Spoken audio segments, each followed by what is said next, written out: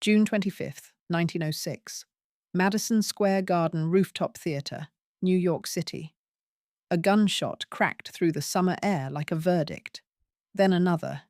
Then a body collapsed beneath electric lights meant to dazzle the rich. Stanford White, architect to the powerful sculptor of America's ego, lay bleeding on the rooftop floor, his tuxedo soaking red while champagne glasses trembled in stunned hands. The audience didn't scream at first. They froze. Because the man holding the gun was not a criminal from the streets. He was an heir. Harry Kendall Thaw stood over the corpse, revolver still warm, his face eerily calm. Not panicked, not triumphant. Calm. As if the act had been rehearsed in his mind for years, waiting for this precise moment, this precise witness list. When someone finally asked what he had done, Thaw answered without hesitation. "He ruined my wife."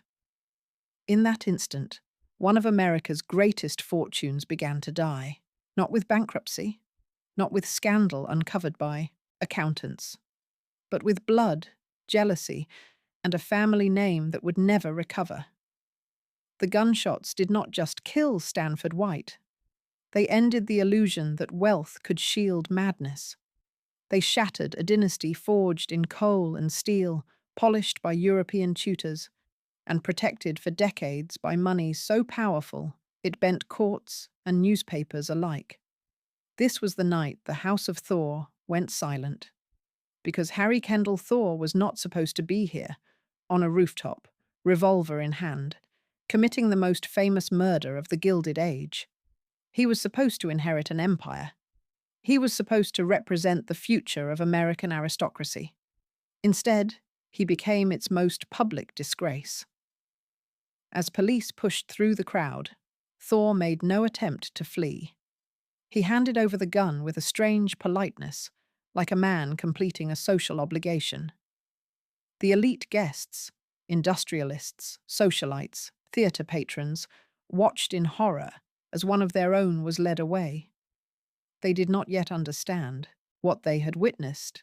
They believed this was a crime of passion, a jealous husband, a love triangle gone too far.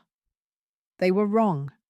This murder was the final act of a long, private war, one fought inside gilded mansions, boarding schools, and locked bedrooms.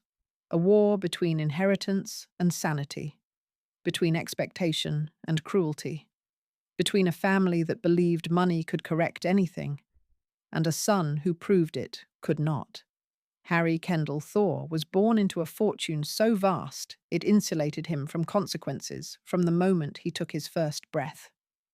His father's wealth came from Pittsburgh coal and railroads, the raw arteries of America's industrial heart. The Thaws were not merely rich, they were untouchable. And that was the problem. From childhood, Harry learned that rules were negotiable if you could afford to bend them. Servants cleaned up his messes. Tutors excused his outbursts. Doctors softened diagnoses. Family lawyers erased incidents before they hardened into records. What could have been treated was indulged. What should have been confronted was hidden. And what might have been stopped was funded instead. By the time Harry reached adulthood, he was already feared quietly and tolerated loudly. His rages were legendary in private. His excesses, alcohol, drugs, violence, were whispered about in club corridors and drawing rooms. Women were warned. Men laughed nervously. The family paid. Always the family paid. Until the night they could not. Stanford White knew this world intimately. He built it, literally. His buildings framed American ambition in marble and gold. He dined with tycoons, sculpted their dreams, and took their daughters as lovers. He believed himself immune too.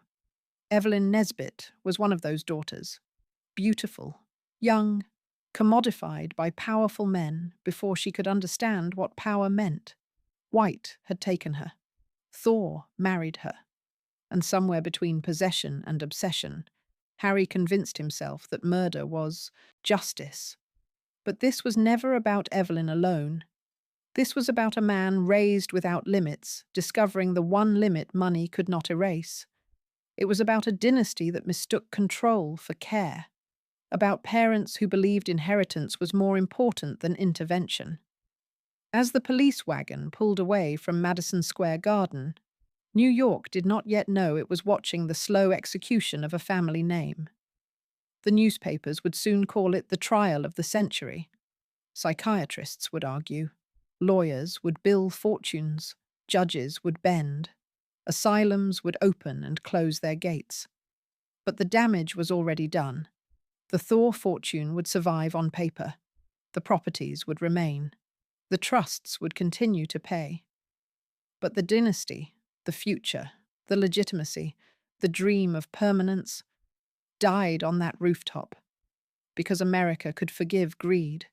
It could forgive cruelty. It could even forgive exploitation.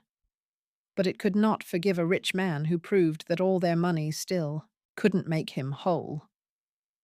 This was not just a murder. It was the moment America saw what happened when privilege raised a child and never bothered to save him. The name Thaw did not arrive in America politely. It announced itself with smoke. By the mid-19th century, as the country tore itself westward and upward, Pittsburgh was transforming into an industrial furnace. Coal dust coated the sky. Rivers ran black. Steel screamed into existence night and day. And at the center of that violence sat the men who learned how to profit from it. Among them was William Thaw, a railroad baron who understood something fundamental about America before most others did. The nation did not worship virtue. It worshipped power. William Thaw's fortune was built not on invention, but on connection. He financed railroads that stitched coal fields to factories, factories to ports, ports to cities. He didn't need to own everything. He only needed a piece of everything that mattered. By the time the Civil War ended, his wealth was already immune to market tremors. While others speculated, William collected. And with wealth came ambition beyond money. William Thaw wanted permanence. Not just riches, but legacy. A family name that would sit comfortably beside European aristocracy. He married into refinement. He imported culture. He raised his children not as Americans scrambling upward, but as nobility defending an inherited position. His sons would not work. They would rule. Pittsburgh society bent around the Thaw household. Politicians dined there. Judges smiled there. Clergy accepted donations there. The family's influence was quiet but omnipresent, the kind that never needed to announce itself because everyone already felt it. When William died in 1889, his estate was worth millions, tens of millions in today's dollars.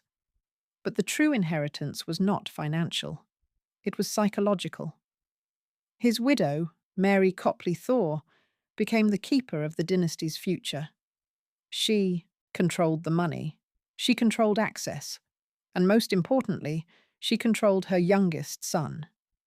Harry Kendall Thaw was not merely wealthy. He was manufactured wealth's final product, born into abundance so complete it erased friction, no hunger, no uncertainty, no accountability. Mary believed her duty was not to correct Harry, but to protect him from teachers, from institutions, from consequences. She mistook control for care and indulgence for love, and America encouraged her. Because in the Gilded Age, fortunes were sacred, the children of tycoons were treated as fragile extensions of capital itself. To admit that an heir was unstable was to admit the system that produced him was flawed. So the system lied. When Harry raged, it was called temperament. When he assaulted, it was called youth. When he spiraled, it was called stress. The Thaw name covered everything like a velvet curtain. By the 1890s, the family's power extended far beyond Pittsburgh. New York society welcomed them. European tutors refined them. Doctors softened reports. Lawyers cleaned records. When Harry was expelled from elite schools for violence, the expulsions vanished behind donations. Other families whispered, but no one intervened, because to confront the Thaws was to confront money itself. This was the apex of American confidence. The era believed wealth was proof of superiority, that success implied virtue, that fortunes, once earned, somehow validated every decision that followed. Harry grew up inside that lie. He learned early that fear could be purchased, that silence could be bought, that pain, if inflicted by the right person, could be erased with checks and influence. By the time he reached adulthood, the Thaw dynasty appeared unassailable. Their money was diversified, their name respected, their future guaranteed. But dynasties don't collapse from the outside first. They rot inward. What the world saw as power was in truth fragility, held together by denial, by a mother terrified of scandal, by a society that preferred illusions to intervention. The Thaws had built a fortune designed to last forever, but they had failed to build a human being capable of carrying it. Harry Kendall Thaw was not an aberration. He was the inevitable outcome. A child raised without limits does not grow into freedom. He grows into chaos. And the more the family tried to protect its name, the more it ensured its destruction. Every bribe, every quiet settlement, every whispered warning ignored, pushed the dynasty closer to a public reckoning it could no longer afford. By the turn of the century, the Thaw fortune still towered over American society, but its foundation was hollowed out by secrets, rage, and a single heir who believed himself untouchable. The nation had crowned its industrial kings. It had not asked what kind of sons they were raising. Harry Kendall Thaw entered the world wrapped in certainty. From the moment he was born, the future had already been decided for him, mapped out in bank ledgers, trust documents, and whispered expectations exchanged over polished dining tables. He was not raised to discover who he was. He was raised to become something predetermined, the living continuation of a fortune. And from the very beginning, the pressure was total. He was the youngest son, but that did not soften the burden. If anything, it intensified it. Older brothers carried the weight of duty. Harry carried the weight of hope, the belief that he would be the refined one, the polished one, the heir who could move comfortably among European elites and American industrialists alike. Where others were taught discipline, Harry was taught image. His childhood was a controlled environment masquerading as privilege. Tutors rotated in and out of the Thaw household, each charged with shaping a boy who already resisted authority. Languages were forced, manners drilled, culture imposed like armor. But none of it addressed the volatile core beneath. Harry did not respond to correction. He reacted to it. He was prone to violent outbursts, fits of rage that erupted without warning. Furniture shattered. Servants fled rooms. Other children learned to avoid him instinctively. These were not tantrums. They were explosions. And instead of being confronted, they were managed. Mary Thaw did not see a dangerous child. She saw a vulnerable one, misunderstood, sensitive, unfairly judged. Each incident became evidence not of Harry's instability, but of the world's cruelty toward him. So the world was adjusted. When schools complained, he was withdrawn. When teachers demanded consequences, they were replaced. When doctors suggested treatment, their language was softened, their conclusions reframed. Nothing was allowed to crystallize into a fixed truth, because a fixed truth would mean something was wrong.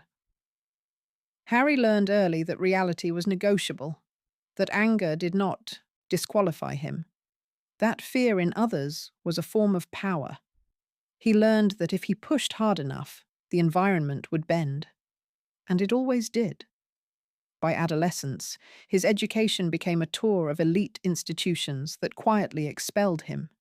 Incidents followed him like ghosts, assaults, threats, cruelty, but none ever caught up. Each time the Thaw name intervened. Money smoothed edges, influence erased footprints. To Harry, this wasn't protection. It was confirmation. Confirmation that he was special, that rules existed for others, that authority was a performance meant to be tested. He began to confuse indulgence with validation, attention with love, dominance with worth. At the same time, something else was taking root: paranoia. Harry became fixated on slights, real or imagined. A look held too long. A laugh not meant for him. A perceived insult could spiral into obsession. He catalogued grievances internally, feeding a sense that the world was hostile, mocking, corrupt. And no one challenged him. The Thaw household did not operate like a family, it functioned like a court. Harry was not nurtured. He was managed as a volatile asset. Servants anticipated moods. Conversations adjusted to his presence. Silence became a survival strategy. What should have been therapy became travel. What should have been boundaries became luxury. When Harry displayed disturbing behavior, the response was not to ask why, but to ask how quietly can we move him somewhere else. Europe became the answer. Mary sent him abroad, convinced that culture would civilize what discipline could not. Paris, London, Vienna, cities dripping with indulgence, vice, and anonymity.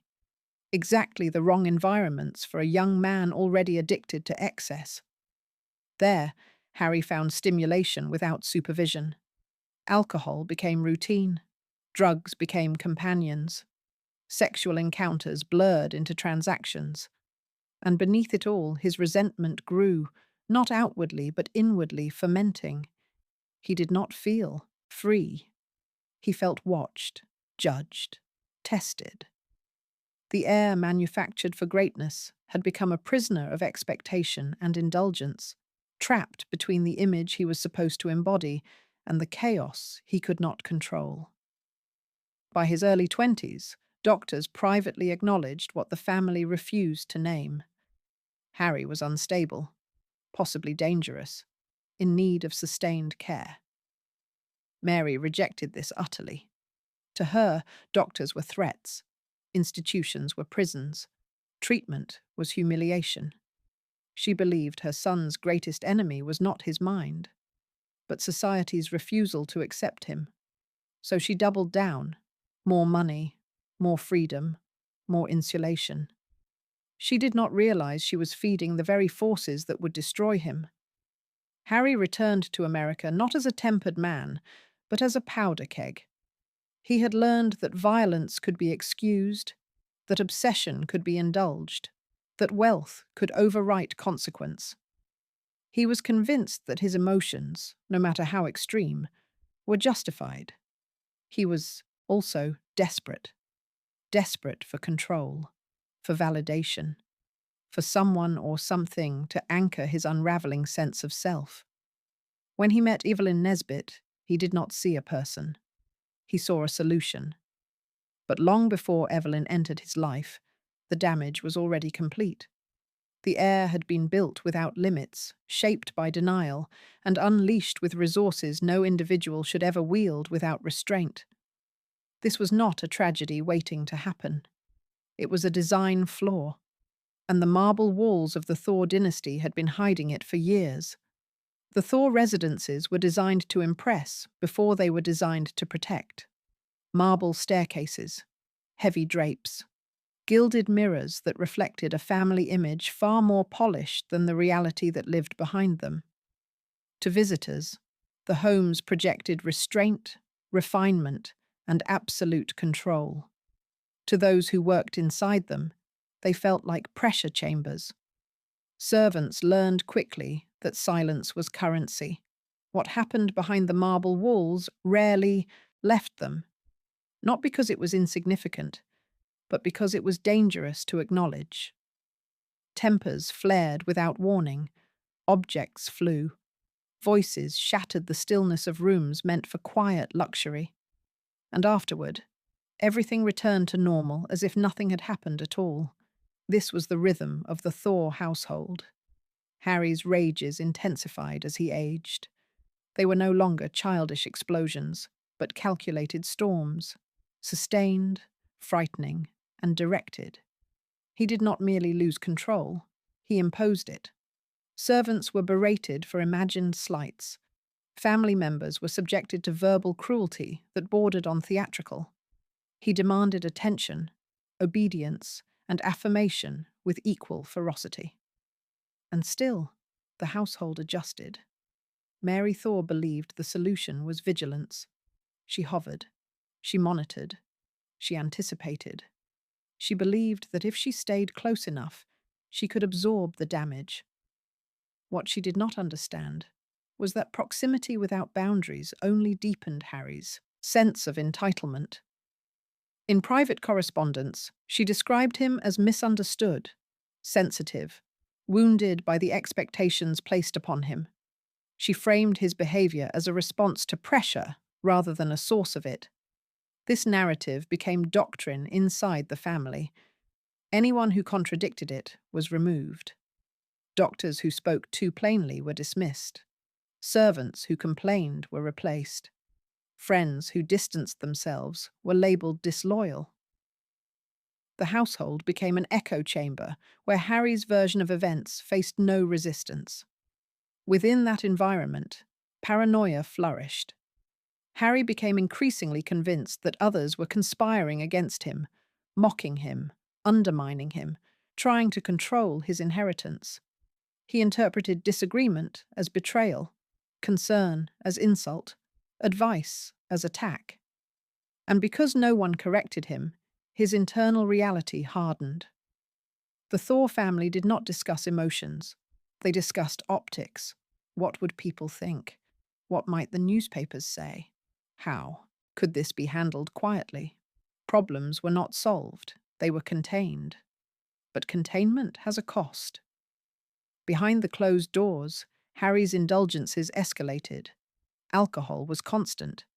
Cocaine, once discreet, became routine. His behavior toward women grew darker, possessive, controlling, violent in ways that were carefully hidden by money and fear. Women were warned indirectly. Introductions were managed. Encounters were framed as romances, even when they were not. And when harm occurred, it was erased before it could be named. This was not negligence. It was strategy.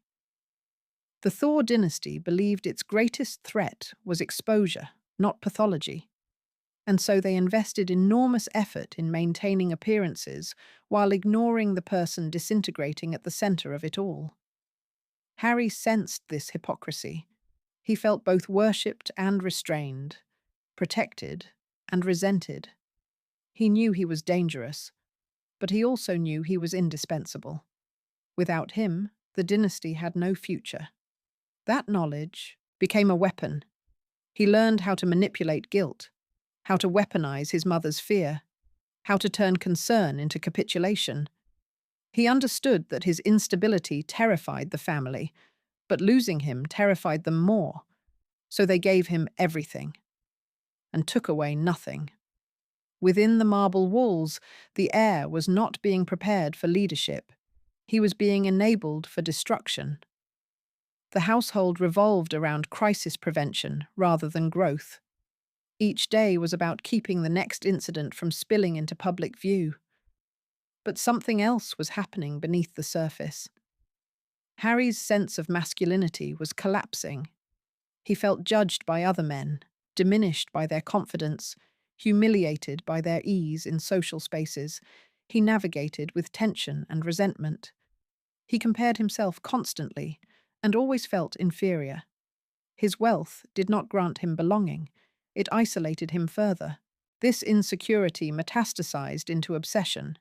He fixated on purity, on ownership, on moral hierarchies that allowed him to feel superior without actually becoming so.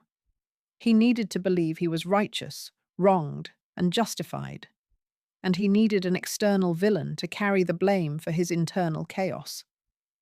The family saw these warning signs. They chose silence, because silence had always worked before. By the time Evelyn Nesbit entered the Thaw orbit, the household was already primed for catastrophe. The walls were holding secrets too heavy to contain. The family had become experts at concealment and amateurs at prevention. Harry did not fall in love. He latched on. Evelyn represented youth, beauty, validation, and most importantly, purpose. Through her, he could rewrite his story. Savior, protector, avenger. A man wronged by a corrupt world, standing on moral high ground. The family watched this fixation grow and did nothing to interrupt it, because they had never interrupted Harry before. Behind the marble walls, the dynasty had mistaken silence for stability, indulgence for care, and wealth for wisdom. They believed they were preserving a legacy. In truth, they were constructing a crime scene, and when the walls finally cracked, the damage would not stay inside. The first cracks never arrive as explosions. They arrive as rumors. At first, they were soft, passed between clubmen after drinks, exchanged in drawing rooms with a raised eyebrow and a lowered voice. Stories of outbursts, of women who suddenly vanished from social circles, of checks written to smooth over situations no one wanted to describe too clearly. The Thaw name still carried weight, but it no longer carried comfort. Harry had begun to leak. In public, he was erratic, not scandalous enough to condemn, but unsettling enough to remember. He drank too much, too openly. His temper surfaced at inappropriate moments, snapping at waiters, humiliating acquaintances, challenging men he barely knew. These weren't crimes. They were warnings, and the warnings were ignored. When incidents occurred, Mary Thaw acted with precision. Lawyers intervened before police reports solidified. Payments were made before accusations could harden into testimony. Social intermediaries reframed behavior as eccentricity, stress, or misunderstanding. But something had shifted. People were no longer surprised. They were cautious. Harry sensed it immediately, the glances, the pauses, the invitations that stopped arriving. For a man already haunted by insecurity, this felt like persecution. He convinced himself that society was conspiring to humiliate him, to strip him of respect he believed was rightfully his. Instead of retreating, he escalated. Harry began performing his instability publicly, as if daring the world to challenge him. He wanted confrontation. He wanted acknowledgement. He wanted to force others to reckon with him. The family machinery strained to keep pace. Each new incident required more effort to erase. Each erasure emboldened him further. He was testing the limits of his protection and finding none. Then came Evelyn Nesbit. She was young, luminous, and already shaped by the predatory culture of the era. Men like Stanford White moved through her life with entitlement, convinced that beauty was something to be claimed by power. Harry entered that world already primed for obsession. To him, Evelyn was not a partner. She was evidence. Evidence that he could still be desired, that he could still win, that he could still possess something others wanted. He reframed her past as victimhood and himself as rescuer. It was a narrative that flattered his need for moral superiority. The relationship quickly became a spectacle. Harry's jealousy was immediate and suffocating. He monitored Evelyn's movements, questioned her constantly, interrogated her past with obsessive cruelty disguised as concern. When she resisted, his anger surfaced. When she submitted, his control tightened. This was no secret. Friends noticed. Servants noticed. Acquaintances noticed. The whispers grew sharper. But the Thaw family did not intervene, because intervention would require admitting that the problem was not society, but Harry himself. As the relationship progressed, Harry's behavior became increasingly unmanageable. He oscillated between grand gestures and frightening threats. He oscillated between tenderness and terror. Evelyn was trapped inside his psychological war, cast alternately as symbol, prize, and proof.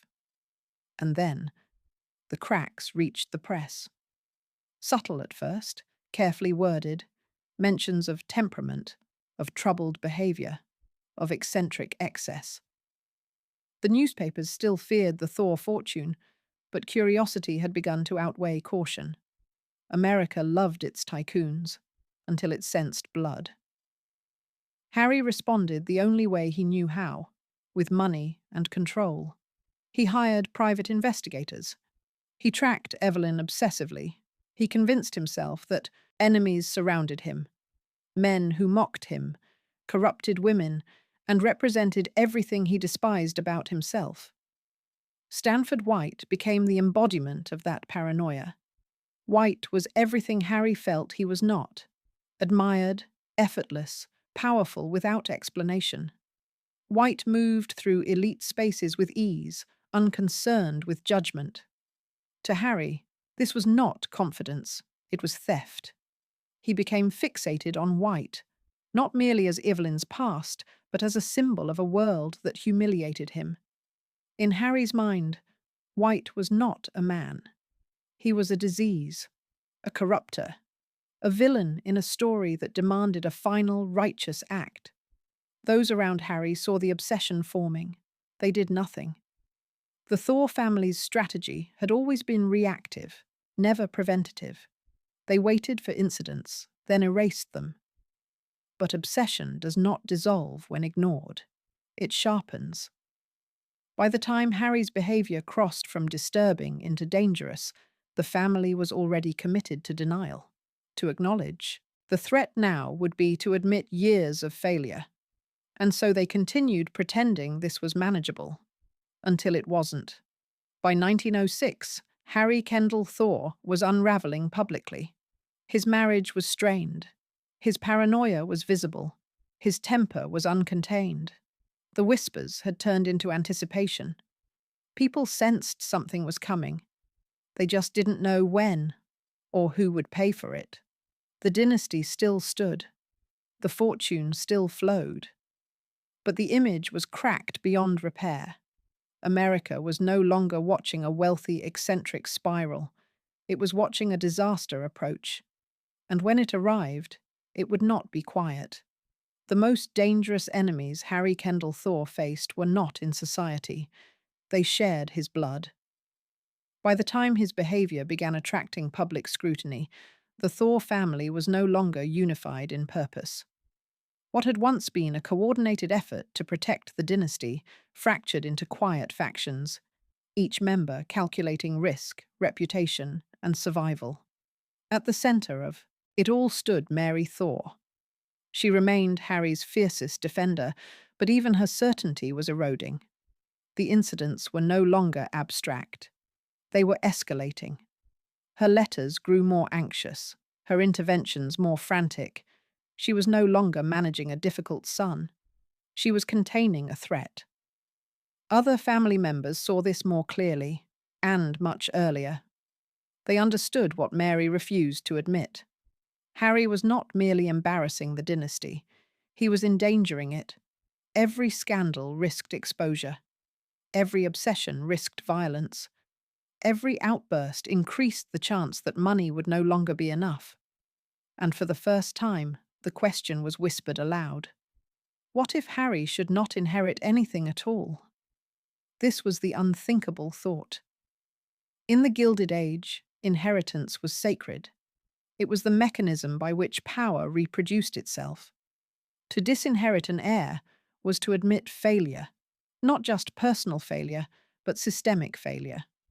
It was a public confession that the dynasty had produced something unfit to continue it. Mary would not allow that confession, but others began to maneuver. Trust arrangements were discussed quietly.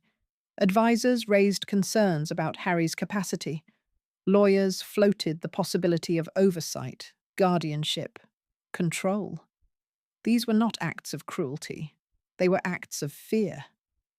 Harry sensed them immediately.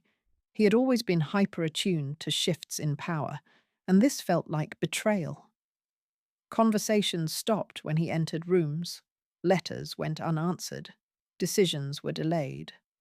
The protection he had relied on his entire life suddenly felt conditional, and Harry responded the only way he knew how, with rage. He accused family members of conspiring against him. He accused advisors of manipulation. He accused doctors of bribery. In his mind, everyone who questioned him became an enemy attempting to steal what was rightfully his. This paranoia did not exist in isolation. It fed directly into his obsession with control. Control over Evelyn.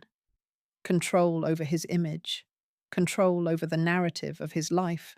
And control over his inheritance. The family, now divided, began making mistakes. Some tried to placate him further, hoping indulgence would calm the storm. Others withdrew, believing distance might reduce risk. These conflicting strategies only intensified Harry's instability. He felt alternately abandoned and infantilized, both humiliations he could not tolerate. The dynasty was cannibalizing itself. What had once been an empire of coordination became a house of secrets, resentment, and fear. No one trusted anyone else to act decisively. Everyone waited for someone else to make the hard choice, and so no one did. Harry's marriage became another battlefield. Evelyn was no longer simply his wife. She was leverage, a symbol, a weapon in his internal war. He used her presence to assert normalcy and her suffering to justify his delusions. To challenge Harry was, in his mind, to side with those who had ruined her, and therefore to reveal oneself as an enemy. This moral framing was seductive and dangerous. It allowed Harry to recast his violence as righteousness, his jealousy as justice, his obsession as duty. And it gave him something the family had never given him before, a cause. The Thaws watched this transformation with growing dread. They had created a man who believed he was entitled to absolute loyalty, and they were no longer able to provide it. Behind closed doors, discussions turned darker. What if Harry committed a crime? What if he embarrassed the family beyond repair? What if he harmed someone publicly? These were not hypothetical questions. They were predictions. Yet even now, the solution was never prevention. It was contingency. How would the family respond after something happened? How could damage be contained? How could assets be protected? They planned for the aftermath of disaster instead of stopping it. Harry, increasingly isolated, interpreted this planning as confirmation of his worst fears. He believed the dynasty was turning against him, that his own blood would sacrifice him to preserve its image. In some ways, he was right, but in the most dangerous way possible, he believed this justified anything he might do in response. By 1906, the fracture was complete. The Thaw family no longer functioned as a unified force. It functioned as a risk management operation orbiting a volatile core. Harry was no longer an heir in waiting. He was a liability with access to limitless resources. And when the rooftop shooting finally occurred, it did not surprise those closest to him. What shocked them was not that Harry had killed a man, but that it had taken this long. The dynasty had tried to silence internal enemies instead of confronting the truth. It had tried to preserve inheritance rather than humanity. And in doing so, it had ensured that when the explosion came, it would be public, irreversible, and catastrophic. Blood is heavier than money, but fear is heavier still. And fear had already hollowed the Thaw dynasty from the inside out. America did not witness the fall of the Thaw dynasty all at once. It watched it in installments. By the morning after the rooftop murder, the newspapers were already struggling to keep pace with public appetite. Headlines screamed, sketch artists raced, editorials hardened overnight. What had begun as a shocking crime became something larger within hours, a spectacle where wealth, sex, insanity, and violence collided in full view of the nation. This was not just a murder trial. It was entertainment. The press quickly realized that Harry Kendall Thaw was not merely a defendant. He was a symbol, a grotesque embodiment of what happened when money insulated a man from consequence for too long. The story offered everything America both envied and despised about its elite. The trial was branded the trial of the century before the jury was even seated. Courtrooms overflowed. Crowds gathered outside just to glimpse the accused. Women fainted. Men debated morality in barrooms. The public did not ask whether Harry was guilty. They asked whether he was mad. And that question split the country. Inside the courtroom, the Thaw fortune went to war with itself. The defense painted Harry as a chivalrous avenger, a man driven to righteous violence by the corruption of a powerful predator. Evelyn Nesbit was paraded as proof, her past dissected for maximum effect. Her trauma became evidence, her youth a weapon. The prosecution argued something simpler and far more dangerous to the dynasty. Harry was a spoiled, violent heir who believed his money placed him above the law. The jury was not just weighing guilt, they were weighing class. America watched every detail with obsession. Harry's clothing, his expressions, his mannerisms. Each twitch became evidence, each silence a strategy. Psychiatrists clashed publicly, turning mental illness into theatre. Diagnoses were debated not for treatment, but for narrative dominance. Was Harry insane or merely entitled? That question terrified the elite, because if he was insane, the system could absolve itself. He was an exception, a tragic outlier, a bad seed. But if he was sane, then he was the product of the same system that created every Gilded Heir, and that was unacceptable. So the trial became a referendum on privilege itself. Mary Thaw funded an army of lawyers, experts, and publicists. She orchestrated defense strategies with relentless devotion. She sat through testimony with stoic resolve, absorbing the humiliation as if it were penance. But for the first time, money did not control the narrative. The newspapers smelled blood. Every sealed incident resurfaced. Every whisper became print. Past violence, school expulsions, erratic behavior. What the family had buried for decades was unearthed in months. America was watching the private archive of a dynasty spill into public view. Harry, meanwhile, seemed almost detached. At times he appeared lucid, sharp, articulate, defensive. At others, unhinged, rambling, paranoid, disconnected. The oscillation unsettled observers. It fed both sides of the argument, and it ensured that whatever the verdict, the dynasty would never recover, because the myth had already collapsed. The idea that wealth equaled superiority, that breeding guaranteed stability, that fortune produced leaders worthy of inheritance. Harry's public unravelling destroyed those illusions in real time. When the verdict finally arrived, not guilty by reason of insanity, America reacted with outrage and fascination in equal measure. Some saw mercy, others saw corruption. Many saw confirmation that money still bent justice, even when the evidence was soaked in blood. Harry was sent not to prison, but to an asylum, and the dynasty believed, briefly, that it had survived. They were wrong. The verdict did not restore respectability. It amplified suspicion.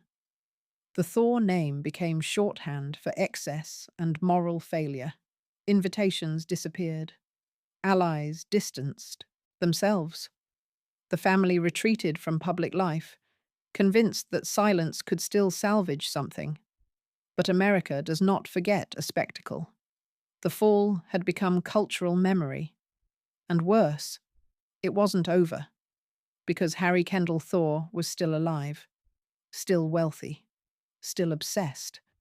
And the system that had failed to stop him once was about to fail again, this time without the benefit of shock or sympathy. The nation had watched the dynasty fall from grace. What it had not yet seen was how completely it would collapse. The event that could not be undone did not arrive with gunfire. It arrived with a door quietly opening. When Harry Kendall Thaw was committed to Matawan State Hospital for the criminally insane, the Thaw dynasty told itself a familiar lie, that containment equaled resolution. The threat had been neutralized.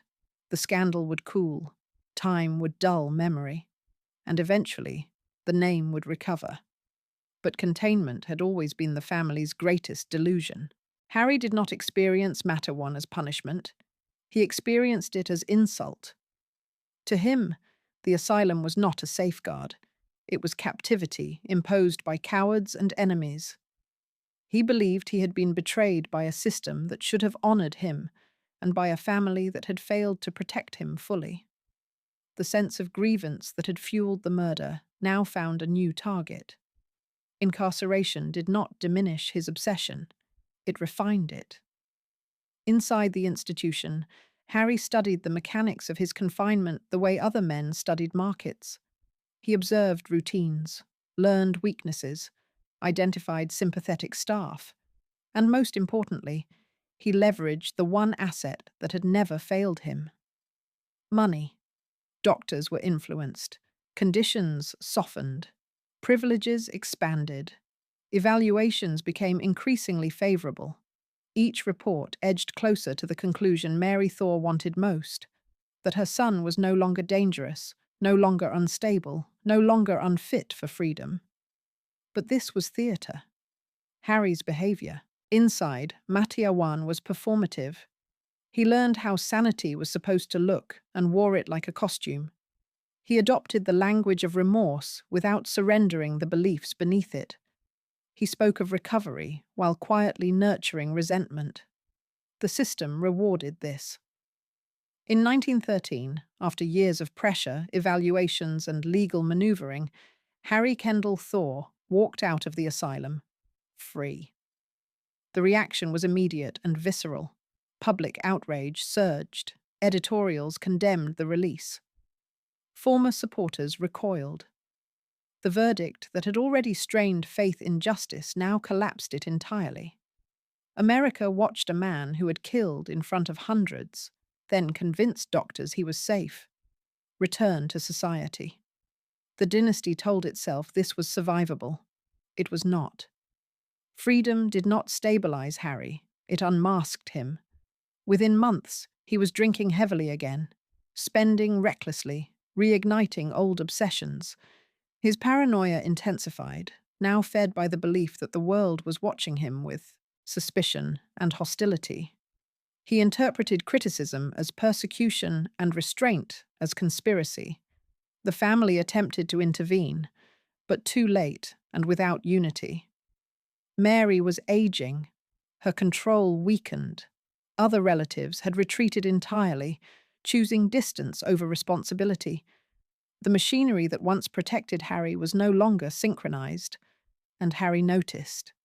He felt abandoned, and abandonment, to him, was unforgivable.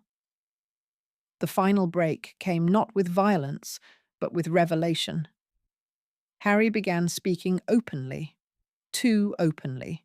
He talked about the trial, about Evelyn, about Stanford White, about his justifications, about the hypocrisy of society, about the lies the family had told. He no longer cared about protecting the dynasty. He wanted it to suffer. The Thaw name, already damaged, began hemorrhaging credibility. Allies withdrew. Financial advisors urged caution. Trustees tightened control. The fortune still existed, but it no longer obeyed Harry or protected him. This loss of power was intolerable. Harry had been raised to believe inheritance was identity, that without access to control, he was nothing. As trust restrictions tightened, his sense of self collapsed entirely. He became erratic, desperate, and publicly unhinged. Arrests followed, smaller charges, disturbances, episodes no longer shielded by prestige. The family could no longer erase them quickly enough. The world was no longer inclined to forget. And then, the final realization settled in. Harry had not destroyed the dynasty with a gun. He had destroyed it by surviving. Every day he remained alive and uncontained was a reminder of the family's failure, a living indictment of wealth without responsibility, a walking argument against the mythology of inherited greatness.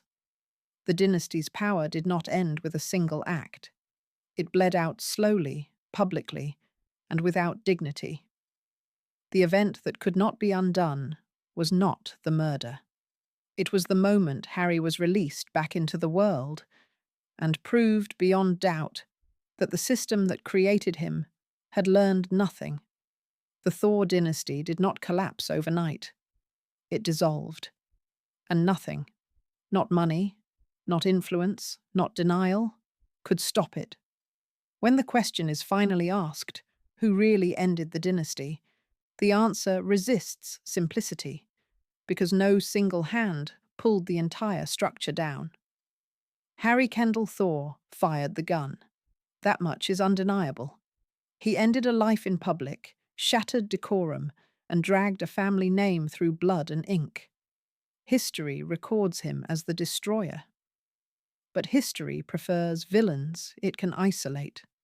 The truth is less satisfying and more damning. The Thaw dynasty did not fall because of one unstable heir. It fell because everyone around him chose preservation over responsibility, silence over intervention, and money over truth. Harry was the final instrument, but he was not the architect. To understand this, you have to strip away the courtroom narratives and return to the long arc of decisions that made catastrophe inevitable. Every moment Harry was excused instead of treated, every incident erased instead of addressed, every check written instead of a boundary enforced. The dynasty taught him that power was immunity, and then feigned shock when he believed it. Mary Thaw stands at the center of this reckoning, not as a villain, but as a symbol. Her love was ferocious, consuming, and blind. She did not create her son's instability, but she built a world where it could grow unchecked. She believed protection was the highest form of care. It was not. By shielding Harry from consequence, she robbed him of the only forces capable of interrupting his trajectory: discipline, accountability, limits. In trying to save her son from suffering, she guaranteed suffering on a much larger scale, and she was not alone. Doctors softened diagnoses because the patient was wealthy. Lawyers prioritized optics over safety. Friends looked away. Institutions bent. Society itself participated in the lie because confronting it would have meant questioning the legitimacy of inherited power. The dynasty did not end when Harry pulled the trigger. It ended when everyone else failed to take the gun away. Even Stanford White, often cast as either villain or victim, played a role in the larger collapse. His behavior reflected a culture where powerful men believed access to women was a right purchased by status. His immunity mirrored Harry's, another form of entitlement protected by reputation. This was not a story about one bad man. It was a story about a system that normalized predation and excused instability as long as it wore a tailored suit. When Harry was declared insane, the verdict offered the nation an escape hatch. It allowed Americans to believe this tragedy was an anomaly, a freak convergence of madness and jealousy, something aberrant. But the aftermath proved otherwise. Because the dynasty did not recover, it withered, not from legal defeat, but from moral exposure. The trial peeled back the illusion that wealth produced virtue. It showed that money could delay consequence, but not erase legacy damage. The Thaw name became cautionary rather than aspirational, and Harry, wandering through freedom like a ghost of privilege, became living proof that the real failure was structural. So who ended the dynasty? Was it the heir who pulled the trigger? Or the parents who refused to intervene? The institutions that bent? The society that watched and gossiped instead of acting? The answer is uncomfortable. The dynasty ended itself. It collapsed under the weight of its own denial, its belief that money could substitute for responsibility, and its refusal to accept that inheritance without restraint is not legacy. It is liability. Harry Kendall Thaw did not destroy an empire alone. He simply exposed what it was always made of. The Thaw dynasty did not disappear when its reputation collapsed. It mutated. Fortunes rarely die the way families do. They don't bleed. They don't feel shame. They don't crumble in courtrooms or headlines. They retreat into structures, trusts, holding companies, quiet portfolios, where memory can't reach them. After the trial, the money stayed. The properties remained titled. The accounts continued accruing interest. The coal and railroad wealth, diversified long before the scandal, flowed forward untouched by the moral catastrophe that had exposed the family's name. This was the final insult. The dynasty's human legacy lay in ruins, but its capital endured, clean, silent, and obedient. What could not survive in society survived in spreadsheets. Control shifted quietly. Trustees tightened restrictions. Guardianship arrangements became permanent. Harry's access to his inheritance was increasingly conditional, rationed, monitored. The family, having failed to intervene early, now intervened endlessly, but without the courage to sever the cord completely. They believed containment was still possible. It was not. Harry became a cautionary tale even within elite circles, an example whispered about when discussing the dangers of unrestrained inheritance. But the system did not change. It adjusted optics, not principles. Other families learned how to hide better. Harry, meanwhile, grew increasingly irrelevant to the fortune that bore his name. He lived off allowances, fought legal battles for control, and spiraled publicly in ways that no longer shocked anyone.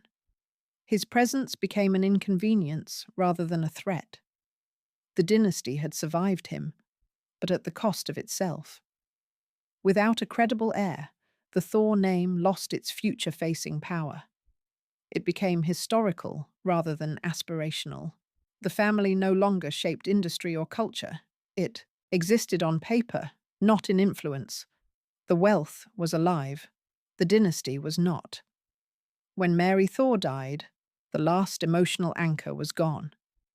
Whatever sense of obligation had once softened Harry's restraints vanished. Trustees acted decisively. Access narrowed further. The fortune, once built to empower a lineage, became something to be protected from it. This was the final inversion. The money outlived the family, but no longer served it, and America barely noticed. Because the country had moved on to new tycoons, new empires, new illusions. The Gilded Age ended not with accountability, but with evolution. The structures of power refined themselves, learned from their embarrassments, and continued producing heirs, some healthier, some not. Harry Kendall Thaw died in obscurity, not imprisoned, not redeemed, not remembered with clarity. He passed as a footnote, a punchline, a symbol stripped of agency. The man who once commanded headlines no longer commanded attention. The fortune, however, persisted. This is how dynasties truly end. Not when the money disappears, but when it becomes disconnected from meaning. When it no longer carries a name with cultural gravity. When it survives without purpose. The Thaw wealth did not fail. The Thaw story did. And in that failure lies the most unsettling truth of all. America does not require moral continuity to sustain capital. It requires only systems strong enough to absorb scandal and move on. The dynasty was human. The fortune was not. America prefers its myths intact. It tells itself that the Gilded Age was a necessary excess, a brutal but brilliant adolescence that forged modern prosperity. That the men who built empires were flawed but visionary. That their families, by extension, carried something noble forward. The story comforts because it suggests continuity, that wealth earned through ambition becomes wisdom through inheritance. The Thaw dynasty shattered that illusion, not because it was uniquely corrupt, but because it was painfully ordinary. Harry Kendall Thaw was not an anomaly dropped into a healthy system. He was a predictable outcome of one that confused privilege with preparation and insulation with love. His life exposed a truth America still struggles to accept, that inherited power, left unchecked, does not civilize itself. It amplifies whatever already exists. The nation watched Harry fall and told itself the lesson had been learned. It hadn't. The verdict of insanity allowed Americans to compartmentalize the horror, to believe the story was about madness rather than entitlement, about a single broken man rather than a culture that manufactured him. It preserved the fantasy that the system worked, except when it didn't. But the system worked exactly as designed. It protected capital. It protected reputation, until it couldn't. It sacrificed individuals to preserve structures. And when exposure became unavoidable, it moved on. This is America's favorite illusion, that wealth is self-correcting, that dynasties fail only when individuals fail, that money naturally produces stewardship over time. The Thaw story proves the opposite. What destroyed the dynasty was not scandal alone, but the refusal to intervene early, because intervention would have threatened the myth of inherited superiority. The family believed acknowledging Harry's instability would undermine their legitimacy. In trying to protect the illusion, they ensured its collapse. And this pattern did not end with the Gilded Age, it repeats. In boardrooms, in political families, in institutions where power is inherited rather than earned anew, where children are raised to represent legacies they did not build, and are given resources without the emotional architecture to manage them. Harry Kendall Thaw became infamous because his violence was undeniable and public. But countless quieter versions of this story pass without bloodshed, ending not in murder trials, but in addiction, exploitation, and quiet human wreckage cushioned by wealth. Those stories rarely make headlines. This one did because it forced America to look, briefly, at what its obsession with legacy produces when no one is willing to say no. The Gilded Age promised permanence, but permanence requires more than money. It requires restraint. It requires humility. It requires the willingness to admit that some heirs should not inherit unchecked power. The Thaw dynasty never learned that lesson, and neither did the country that watched it fall. Today, the rooftops of New York no longer host vaudeville theatres, but the logic of the era remains embedded in the architecture of power. Wealth still insulates, influence still bends systems, and families still mistake preservation for care. Harry Kendall Thaw is remembered as a murderer, a madman, a cautionary tale. But the deeper warning lies elsewhere. It lies in how long it took anyone to stop him. It lies in how many people knew and chose silence. It lies in how easily the nation returned to celebrating wealth once the spectacle faded. Dynasties do not end when money disappears. They end when truth finally becomes louder than denial. The Thaw dynasty ended on a rooftop in 1906, but its lesson is unfinished. because America still loves its gilded heirs, still believes excess can be refined into virtue, still trusts that the next generation will somehow correct the damage of the last.